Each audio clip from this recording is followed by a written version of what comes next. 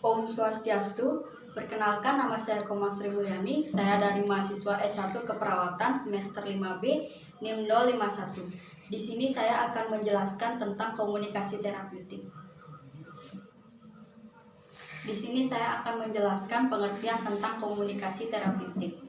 Komunikasi terapeutik adalah komunikasi yang dilakukan secara sadar, bertujuan, dan kegiatannya berfokus pada kesembuhan klien. Komunikasi terapeutik termasuk ke dalam bentuk komunikasi interpersonal.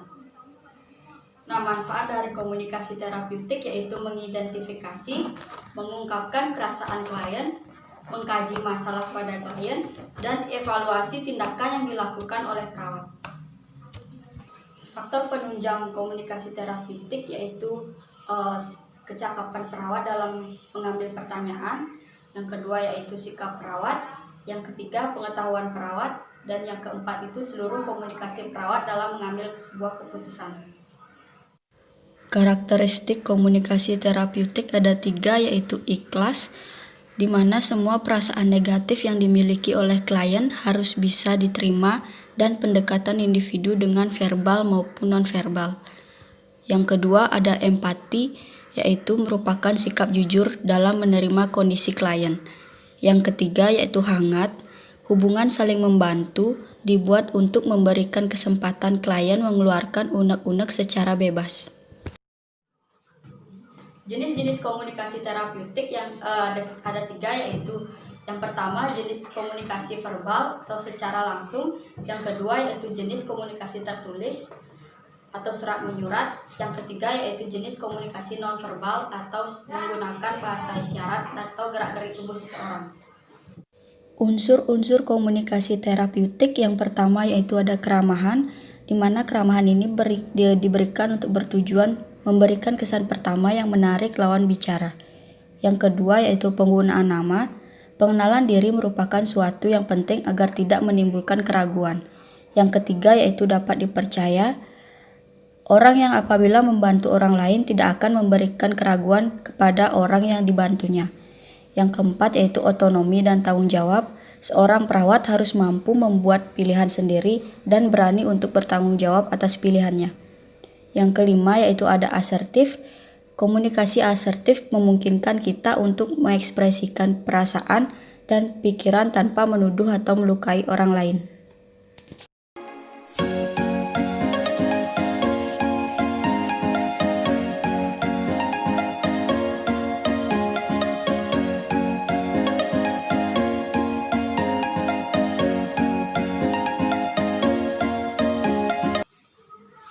Dalam komunikasi terapeutik ini ada 3 fase, yaitu yang pertama fase orientasi, di mana fase orientasi ini perawat menggali masalah klien dan menemukan suatu masalah pada kondisi perasaan klien. Nah, yang kedua yaitu fase kerja, di mana perawat melakukan tindakan yang berhubungan untuk memecahkan masalah klien. Yang ketiga yaitu fase terminasi, di mana pada fase ini perawat menyimpulkan perasaan klien, apakah klien sudah merasa mendingan ataupun klien sudah merasa senang.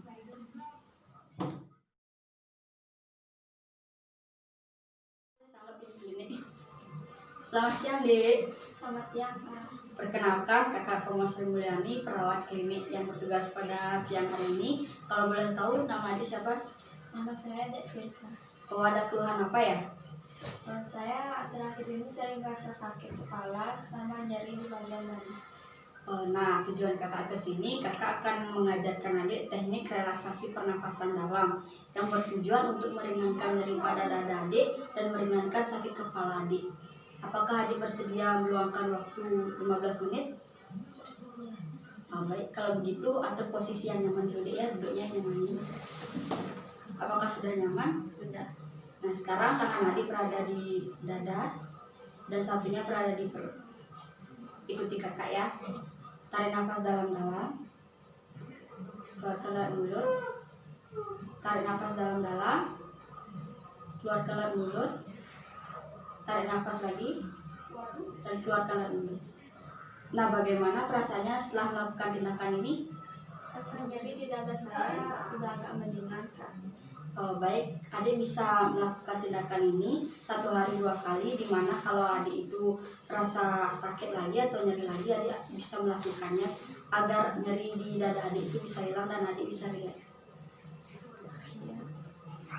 Kalau begitu, kalau ada keluhan lain, adik bisa panggil kakak di ruang perawat nih.